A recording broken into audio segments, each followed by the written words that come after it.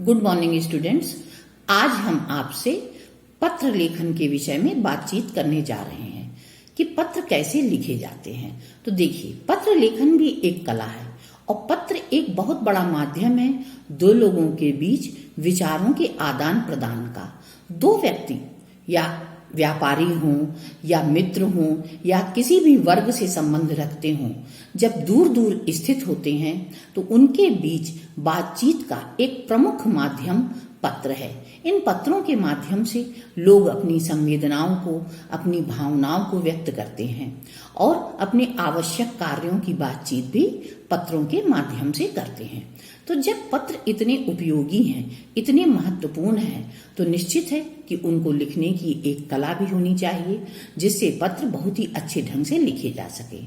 तो सबसे पहले तो हम पत्रों की उपयोगिता की बात करते हैं। अब देखिए, अगर हम पारिवारिक माहौल में देखें तो पत्र हमारे संबंधों को प्रगाढ़ करते हैं। पत्रों के द्वारा हम किसी के प्रति अपनी संवेदनाओं को व्यक्त करते हैं। जो कुछ हमारे मन में चलता रहता है उसे हम पत्रों के माध्यम से व्यक्त कर देते हैं। प्रेम का भाव है, क्रोध का भाव है या मन में आया हुआ अन्य कोई भाव है, वो सब कुछ पत्रों के माध्यम से अभिव्यक्त होता है।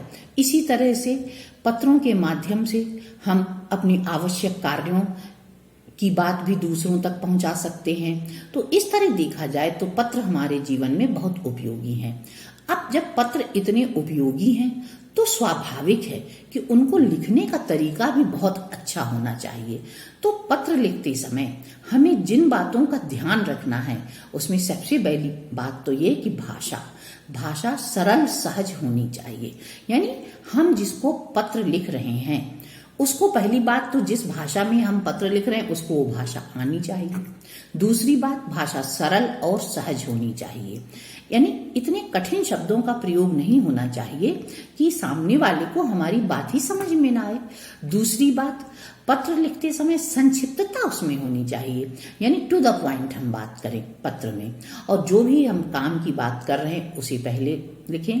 और साथ में पत्र में भाषा शिष्टता पूर्ण होनी चाहिए। जैसे जो संबोधन है, जिसके लिए पत्र लिखा जा रहा है उसके अनुरूप संबोधन होना चाहिए, शिष्टतापूर्ण। तो पत्र की भाषा बहुत अच्छी, सरल, सहज और वो भाषा होनी चाहिए जो पत्र लिखने वाले और पढ़ने वाले दोनों को आती हो। इसके अलावा पत्र में संक्षिप्तता होनी चाहिए, शिष्ट भाषा का प्रयोग होना चाहिए और इसके अतिरिक्त हमें और भी बातों का ध्यान पत्र लिखते समय रखना है। जैसे पत्र उद्देश्यपूर्ण होना चाहिए और स्वच्छता होनी चाहिए। पत्र मतलब साफ साफ राइटिंग में लिखा गया हो, उद्देश्यपूर्ण हो, रुचिपूर्ण हो, यानी पढ़ने वाले को पत्र अच्छा लगे। तो इन सारी बातों को हमको पत्र लिखते समय ध्यान रखना है। अब पत्र भी दो प्रकार के होते हैं। एक कहलाते हैं औपचारिक पत्र जिन्हें हम फॉर्मल लेटर कहते हैं, और दूसरे होते अनौपचारिक पत्र जिन्हें हम इनफॉर्मल लेटर कहते हैं। अब सबसे पहले हम आपको औपचारिक पत्रों के विषय में बताते हैं। जैसे सरकारी कामकाज से संबंधित जो पत्र हैं, व्यापार व्यवसाय से संबंधित जितने भी पत्र होते हैं, कार्यालयी पत्र जो होते हैं, वो सब औपचारिक पत्रों के अंतर्गत उस श्रेणी में आते हैं। अब इनका वर्गीकरण करें तो हम इनको निम्न वर्गों में बांट सकते हैं। जैसे प्रार्थना पत्र है, जैसे विद्यालय में प्रधानाचार्य के लिए प्रार्थना पत्र लिखना है या अन्य किसी अपने अधिकारी के लिए छुट्टी के लिए अन्य किसी कारण से प्रार्थना पत्र लिखना है, तो वो एक प्रार्थना पत्र लिखने का तरीका होता है, उसका एक अलग प्रारूप होता है। फिर निमंत्रण पत्र जो भेजे जाते हैं यानी इनविटेशन कार्ड। इसके अलावा सरकारी पत्र, गैर सरकारी पत्र, सरकारी यानी कार्यालयी पत्र, और गैर सरकारी पत्र वो होते हैं जो विभिन्न अन्य संस्थाओं को, जैसे स्वयंसेवी संस्थाएं हैं, इनको भेजे जाते हैं, पर वो विषय से संबंधित, कार्य से संबंधित होते हैं, वो गैर सरकारी पत्र कहलाते हैं। इसके अलावा व्यावसायिक पत्र होते हैं और किसी अधिकारी को लिखा गया पत्र भी औपचारिक पत्र के अंतर्गत ही आता है। फिर नौकरी के लिए जो आवेदन पत्र दिए जाते हैं वो भी उसके अंतर्गत आते हैं। संपादक के नाम जो पत्र समाचार पत्रों में लिखे जाते हैं वो भी औपचारिक पत्रों के अंतर्गत ही आते हैं। तो जब हम औपचारिक पत्रों की बात आपसे कर रहे हैं तो ये भी जानना आवश्यक है कि इसका प्रारूप कैसा होना चाहिए। तो देखिए, औपचारिक पत्र लिखने की शुरुआत जब हम करते हैं तो सबसे पहले तो हम ऊपर के तरफ जो है बाईं ओर से लिखना प्रारंभ करते हैं। तो सबसे पहले तो लिखने वाले का पता लिखा जाता है, यानी जो प्रेषक है उसका पता लिखा जाता है, उसके नीचे दिनांक लिखा जाता है और सर्वप्रथम सेवा में शब्द लिखकर पत्र पाने वाले का, यानी जिसको हम पत्र लिख रहे हैं उसका नाम, उसके लिए जो उचित संबोधन है वो लिखा जाता है, उसका पद है जो वो लिखा जाता है, जो भी हमारा विषय है पत्र लिखने का उसके लिए वो प्रयोग होता है, जैसे श्रीमान, मान्यवर, इस तरह से। इसके बाद जो है हम जब आगे चलते हैं तो जिसको पत्र लिखना है उसके लिए उसका हमने बताया ना कि पूरा पद नाम है, ये सब विस्तार से लिखते हैं और तत्पश्चात जो हमारा पत्र लिखने का उद्देश्य है उसके नीचे हम विषय लिखते हैं, यानी जो भी विषय है हमारा उसको कि इस हेतु हम ये पत्र लिख रहे हैं वो विषय लिखते हैं। फिर उसके पश्चात श्रीमान जी, महोदय, इस तरह के औपचारिक शब्दों का प्रयोग करके जो शिष्टतापूर्ण होते हैं हम पत्र का प्रारंभ करते हैं और पत्र का प्रारंभ करके हम पत्र में विस्तार से उस विषय को जो भी है, जितना भी हमें बताना है, जो भी कार्य हमें कहना है, या जैसे मान लीजिए उदाहरण के लिए है, हम आपको उदाहरण दे रहे हैं कि हम जिले के नगर पालिका अध्यक्ष को मानिए पत्र लिख रहे हैं और उनको हमारा विषय है कि पर्यावरण का ध्यान रखते हुए नगर के जो पार्क हैं, जो बाग बगीचे हैं, उनकी देखभाल, ये विषय है। तो हमको विषय में इस बात को लिखना पड़ेगा और उसके पश्चात जब हम पूरी बात टू द पॉइंट अपनी लिख देते हैं तो नीचे सब कुछ हमें बाईं ओर ही लिखना होता है, धन्यवाद, और उसके नीचे धन्यवाद के साथ आपको अपना नाम, जो पत्र भेज रहा है प्रेषक है, भवदी, विनीत, इस तरह के शब्दों के द्वारा अपना नाम लिखना होता है। तो इस तरह से ये पत्र का प्रारूप होता है और ये पत्र का प्रारूप है औपचारिक पत्र का, यानी जो हमारे कार्यालयी पत्र होते हैं, जो प्रार्थना पत्र होते हैं, उनका ये प्रारूप है। जो सरकारी पत्र होते हैं उनके लिए ये हमारा प्रारूप है। अब दूसरा आता है अनौपचारिक पत्र। तो अनौपचारिक पत्रों के अंतर्गत उन पत्रों को शामिल किया जाता है जो हमें अपने रिश्तेदारों को, अपने मित्रों को लिखते हैं। जो हम जैसे पुत्र के द्वारा अपने पिता को लिखा जा रहा है, भाई बहन आपस में पत्र लिखते हैं, या अपने किसी मित्र को पत्र लिखा जा रहा है और उसकी किसी सहायता के लिए पत्र लिखा जा रहा है या उसके प्रोत्साहन के लिए पत्र लिखा जा रहा है। तो ये सब हमारे अनौपचारिक पत्रों के अंतर्गत आते हैं। और इसमें जो हमें ध्यान रखना होता है तो सबसे पहले बाईं ओर पत्र भेजने वाले का पता, जैसे हमने कहा था ना, ऊपर पता फिर दिनांक, प्रेषक के पते के नीचे फिर दिनांक यानी तिथि लिखते हैं। फिर भेजने वाले का केवल यहाँ पर जैसे अपना जिसको हम पत्र भेज रहे हैं उसके लिए हम आदरणीय से पिताजी को लिखना है या बड़े भाई को लिखना है तो आदरणीय शब्द का संबोधन करेंगे, पूजनीय शब्द का संबोधन करेंगे। अगर छोटों को लिखना है तो प्रिय शब्द का संबोधन करेंगे।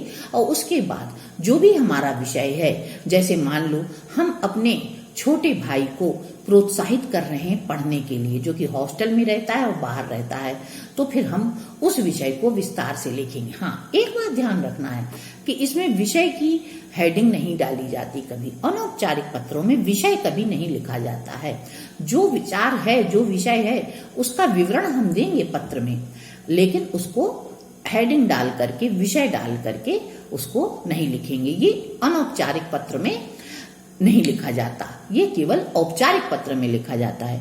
इसके बाद मुख्य विषय भाग में 1 या 2 अनुच्छेद में जो हमारी बात होगी, पत्र होगी, वो लिखेंगे और फिर नीचे धन्यवाद सहित हम पत्र को समाप्त करेंगे। और अंत में स्नेही, आपका, इस तरह के शब्दावलियों का प्रयोग होता है। क्यों?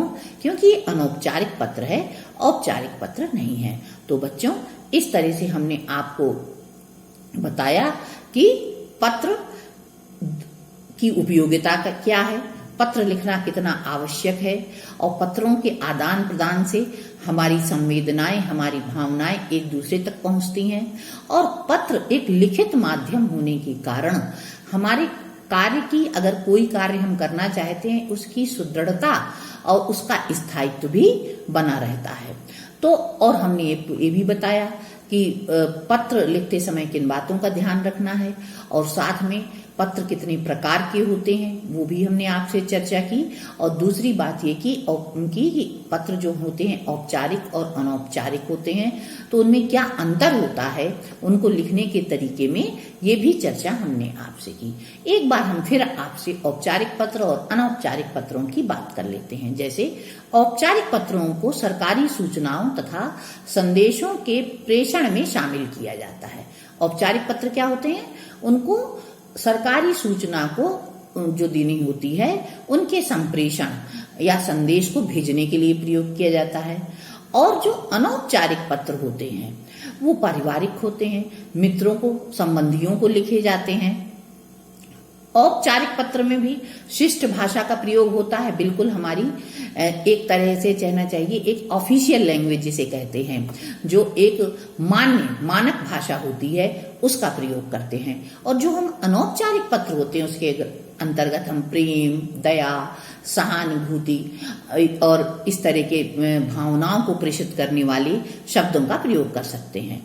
जो हमारे औपचारिक पत्र होते हैं वो व्यापारिक जगत में उनका विशेष महत्व होता है और अनौपचारिक जो पत्र होते हैं, अनौपचारिक पत्र, उनका व्यापारिक जगत से कोई मतलब नहीं है, वो पारिवारिक पत्र होते हैं। इसके अलावा औपचारिक पत्रों को लिखने का उद्देश्य भी औपचारिक ही होता है, जबकि अनौपचारिक पत्रों का लिखने का उद्देश्य घरेलू होता है, पारिवारिक बातचीत होती है, उसका कोई संबंध हमारी औपचारिकता से नहीं होता है। औपचारिक जो पत्र होते हैं उनमें मुख्य विषय मुख्यतः 2 या 3 अनुच्छेद में विभाजित करके भी हम लिख सकते हैं, क्योंकि हमको बात स्पष्ट करनी है। तो पहले पैराग्राफ में आया तो ठीक है, हमारी बात स्पष्ट हुई, नहीं तो उस बात को टू द पॉइंट लिखने के लिए हम 2-3 अनुच्छेदों में यानी पैराग्राफ में डिवाइड भी कर सकते हैं, विभाजित भी कर सकते हैं। और अनौपचारिक पत्र में अधिकतम 2 अनुच्छेद, इससे ज्यादा नहीं लिखा जाता है। औपचारिक पत्रों में स्पष्टता होनी चाहिए, लिखने में बिल्कुल स्पष्ट बात होनी चाहिए औपचारिक पत्रों में। अनौपचारिक पत्र जो है भावनात्मक रूप से लिखे जाते हैं। तो बच्चों, ये बातें प्रमुख हमारे सामने आ गई कि हमको क्या क्या बातों का ध्यान रखना है और अनौपचारिक और औपचारिक पत्रों में क्या अंतर होता है। आशा है पत्र लेखन से संबंधी कोई भी बात जो है वो आपको अच्छी तरह से समझ में आ गई होगी। और अगर इससे अधिक आपको कोई जानकारी लेनी है तो आप कमेंट बॉक्स में अपना कमेंट लिख करके हमसे जानकारी ले सकते हैं। हम आपकी समस्या का समाधान बहुत ही अच्छी तरीके से कर देंगे। धन्यवाद।